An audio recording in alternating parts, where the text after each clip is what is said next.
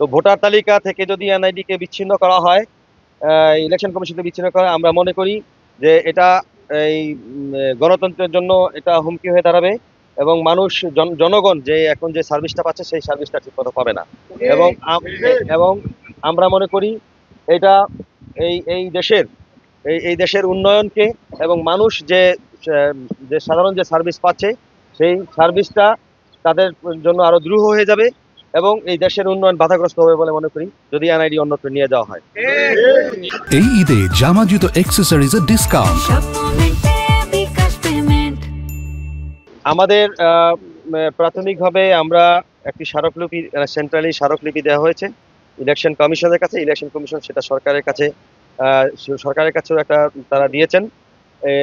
সেটা আমরা প্রাথমিকভাবে এবং 12 তারিখ পর্যন্ত এটার একটা সময়সীমা ধরে দেওয়া হয়েছিল। সেই সময়সীমা উত্তীর্ণ হওয়ার পরে বলা হয়েছে যে আমরা 2 ঘন্টা কর্মবিরতি দিব। তো সেই কর্মবিরতি আজকে এই 13 তারিখে আমরা হলো এই যে 11টা থেকে আমরা 1টা পর্যন্ত 2 ঘন্টার কর্মবিরতি এবং মানববন্ধন আমরা করছি এনআইডি ইলেকশন কমিশনে এনআইডি যাতে থাকে সেই প্রেক্ষিতে।